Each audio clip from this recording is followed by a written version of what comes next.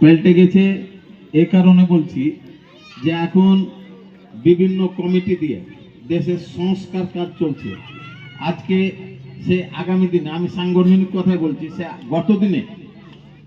গত দীর্ঘদিন ধরে যে রাজনৈতিক কালচার ছিল, সে কালচার কিন্তু একদম থাকবে না, পরিবর্তন হয়ে গেছে। আপনারা দেখেছেন বিএনপি ক্ষমতায় থাকলে হারুন পাপিয়ার দাপটে বিএনপির নেতা কর্মীরাই অস্থির ছিল। সেই অবস্থা আর বাংলাদেশে ফিরবে না, হারুনও ফিরবে না, পাপিয়াও ফিরবে না চাঁপাইনবাবগঞ্জে, অন্তত বিএনপিতে ফিরবে না, এটা নিশ্চিত করে বলা যায়।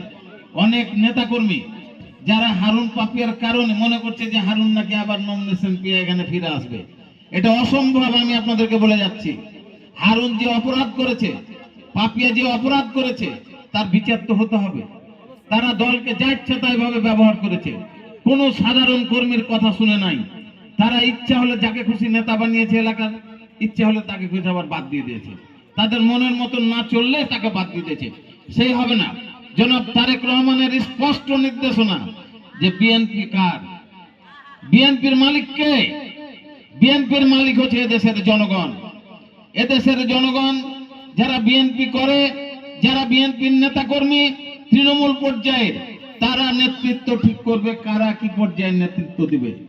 যদি গ্রামের কমিটি হয়, গ্রামে তারা বিএনপির যারা কর্মী আছে তারা একসাথে বসে কে তাদেরকে চালাতে পারবে, তারা নেতৃত্ব ঠিক করবে। এই নেতৃত্ব অনির্দিষ্ট কালের জন্য নয়, 2 বছরের জন্য।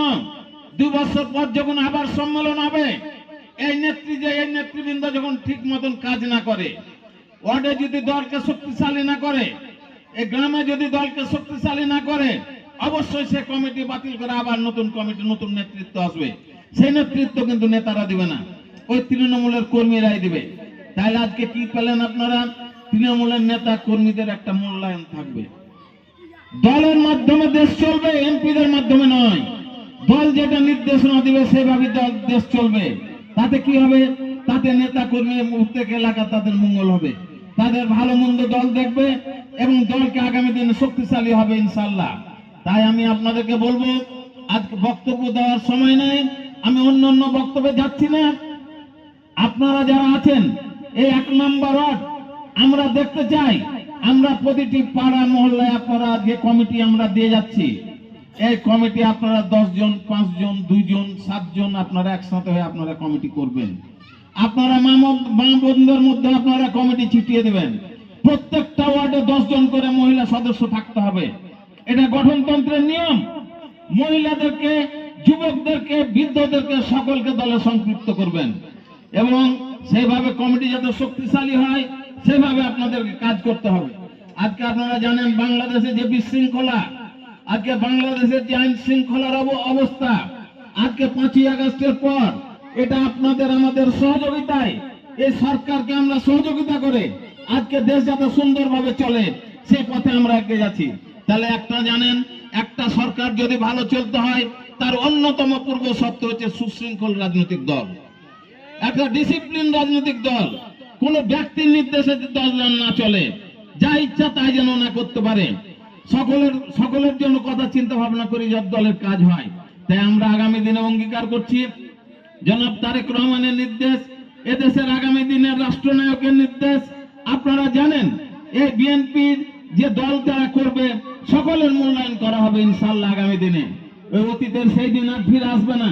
তাই আমরা আপনাদেরকে আমি আশ্বস্ত করতে চাই, আপনারা দলের অনেকেই বিএনপির সমর্থক আছে, বিএনপির কর্মী আছে, কিন্তু দেখা যায় তারা সামনে আসতে চায় না।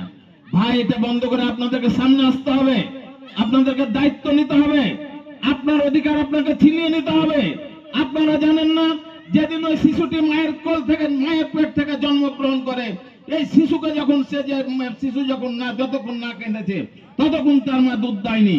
তাই ভাইরা অধিকার আদায় করে নিতে হয়, ওই শিশুটাতে যেমন অধিকার আদায় করে নিয়েছে।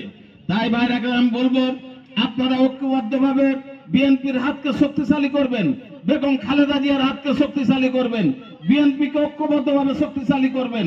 আপনারা আমরা সকলে এক। আজকে আমরা এই দায়িত্বে আছি, কালকে আপনারা আসতে পারেন। তাই কাজের মাধ্যমে, সাংগঠনিক দক্ষতার মাধ্যমে আমাদেরকে এই দলকে শক্তিশালী করব। আজকে আমরা একটা কমিটি আপনারা যে নির্বাচিত করেছেন, তাই আমি আমি আপনাদের এখানকার কর্মীদেরকে জিজ্ঞাসা করতে চাই, আপনারা কি ঐক্যবদ্ধভাবে কমিটি করেছেন? তাহলে আমরা এখানে যে একটা কমিটি হচ্ছে আপনারা জানেন, এই কমিটিতে জনাব নাসির উদ্দিন হচ্ছে সভাপতি, সভাপতি এবং সিনিয়র সহসভাপতি হচ্ছে মোহাম্মদ সরোয়ার জাহান,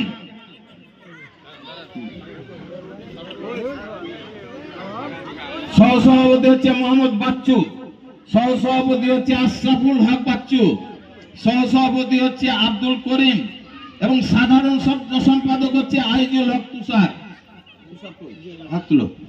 আচ্ছা,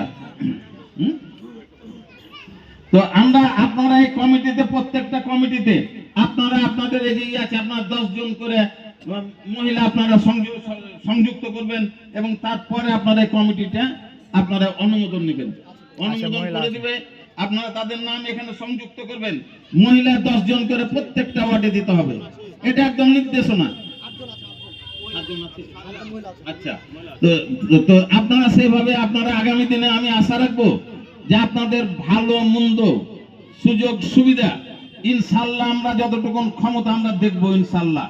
আগামী দিনে আপনারা এই কমিটিকে শক্তিশালী করবেন, এই আহ্বান জানিয়ে আমি আমার বক্তব্য শেষ করছি। আপনাদেরকে সকলকে শুভেচ্ছা এবং ধন্যবাদ দিয়ে আমি আমার বক্তব্য